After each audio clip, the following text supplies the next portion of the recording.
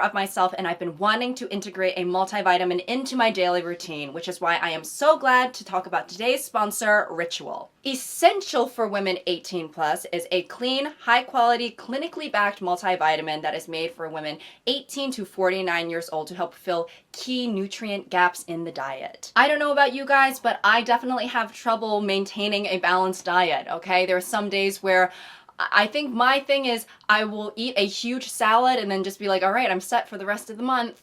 Ritual is third-party tested, vegan-friendly, non-GMO certified, gluten-free, and formulated without major allergens. In fact, Essential for Women 18 Plus is USP certified, a third-party quality certification that sets one of the highest bars for product transparency. Less than 1% of multivitamins have reached this mark. Ritual is also made traceable, meaning that you can see where their ingredients come from, why they are there, and what exactly you're putting into your body. I know sometimes making lifestyle changes, it seems like an intimidating feat, right? But it's been so easy to integrate Ritual into my daily routine. I take 2 capsules daily, and sometimes some supplements, they leave an off-putting aftertaste in your mouth, but the ones that I have from Ritual, they are essence mint, so it's pleasant to take. They are delayed release, so they're gentle on my stomach, and I can take them with or without food. And it's subscription-based, so you never run out. So make sure to use the link in my description, ritual.com/notevenemily, and use my code notevenemily to get 25% off your first order from Ritual. And thank you, Ritual, for sponsoring today's video. Now back to Daddy Alpha. Okay, we need to discuss the fact that they're wolf shifters, right? Because I feel like there's always been somewhat of a sexualization off between werewolves and vampires, and in my book, vampires are always gonna win. I just don't personally see the whole sexy werewolf thing. Granted, I haven't given it much of a chance, right? But I just think that if I were attracted to someone and then they were living part-time as a wolf, I would be like, oh, okay, so I guess I'm serving like bi-weekly bestiality boots now. I guess if it's the thing, if they can't help shifting, it's like, I'm not gonna blame that on you, right? If it's like, this is not my choice. This is a curse, okay? You have something that happens to you once a month and I don't blame you for it, right? Then I would be like, hey, all right, that's your prerogative. Not even your prerogative. You can't help it. But if they can switch back and forth into wolf mode, switching willy-nilly, as if it's some sort of party trick, treating it as if it's the same thing as doing the worm at a college party, then it's gonna be like, okay, you're getting on my nerves. I'm imagining having an argument with this guy and he goes, you know what, I can't do this anymore. And then all of a sudden, now he's a little monster with his paws up, even though Lady Gaga has not been mentioned. Also, inventor of technology. What? To me, that sounds the same as saying, oh, the inventor of science. The inventor of inventions. I'm like, is that a real thing to even be attributed to one person? Here, wait, let's see. Who is the inventor of technology? Oh, wow. Okay, I'm gonna skip over some things because I feel like I've been talking about this long enough, but I do want to touch on the prey versus hunter dynamic. That's interesting. That's very interesting. I think I do understand it in the fantasy sense, right? I think that people sometimes maybe they want to feel primal or desired, right? You nasty lot. Like, I understand that this is supposed to be a sort of Wattpad horn sort of situation, right?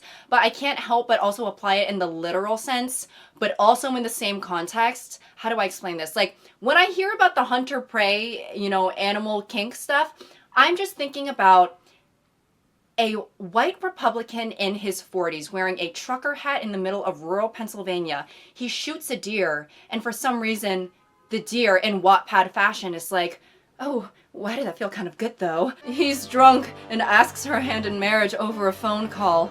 She's overwhelmed with emotions and goes to meet him, only to find him in bed with some other girl.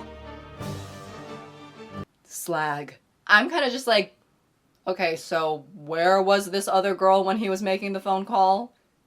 God forbid in bed with him still. Like, POV, you're the other girl in this guy's bed. No, like, you don't get it, okay? You are the only woman for me, okay? I don't talk to other girls. I don't look at other girls. I don't even think about other girls, okay? I just want to be with you. You're my whole world. Will you marry me?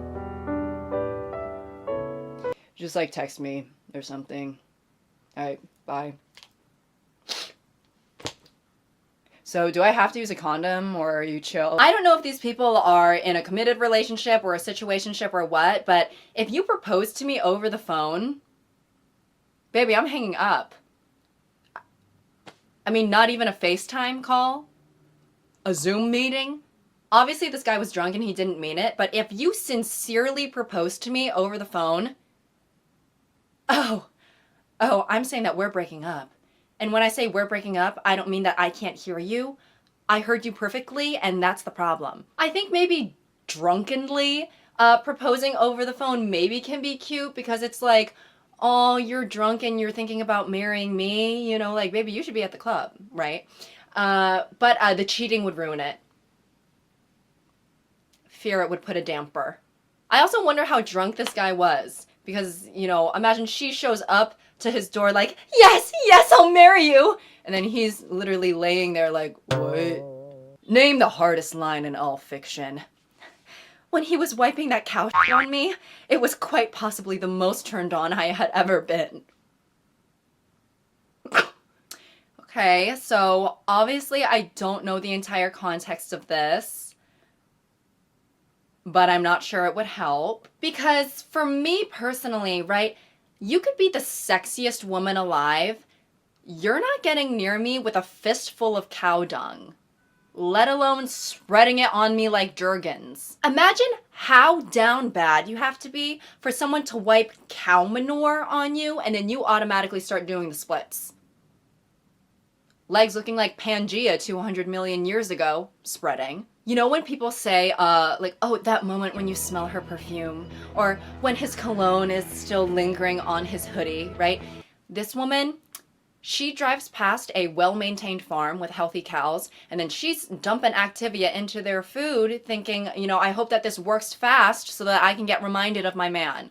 I'm just glad that it seems like this stayed as an inside thought, right? Because, again, I don't know the context, but I'm assuming that this man spread cow poop on her, perhaps accidentally, right? So he accidentally smears a dollop of Daisy on you, and then he's like, oh my god, ew, that's so gross, like, I'm so sorry. And then you've just discovered something about yourself, and you're like, actually, let it there. Let it be there. Let it crust. Her not knowing that she's sitting next to a famous basketball player. He also happens to be in the magazine she's reading, so he secretly rips out the page with his picture on it.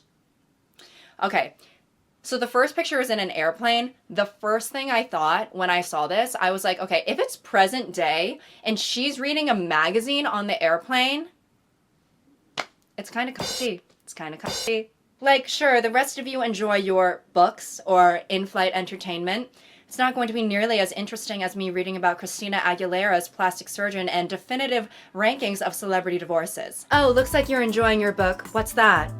Ah, literature about how to spot the early signs of fascism. Boring. Not nearly as important or riveting as me reading about Gwyneth Paltrow's vagina routine. Like, I don't even remember the last time I had a magazine in my hands to actually read. I've definitely killed some flies with it within the past 5 years or so. You know, I bet a lot of flies, the last thing that they ever see is an OK magazine from the 2000s calling Britney Spears overweight because she was 101 pounds. But I do have a hard time believing that this woman is reading magazines in the present day voluntarily, because that's something where it's like, okay, you have jack shit else to do, right? That's like when you're, you know, reading the back of the shampoo bottle when you're taking a shit that it's like, this is taking so long, I should have clocked in for it, right? Damn, I didn't even write that one down. That was just right off the dome. But it's kind of like, you know, if I saw this woman on the plane, it's like, surely she forgot her AirPods. Another thing I'm wondering, he secretly rips out the magazine page. She must have went to the bathroom, right? There's really no way to secretly do it when you're right next to her.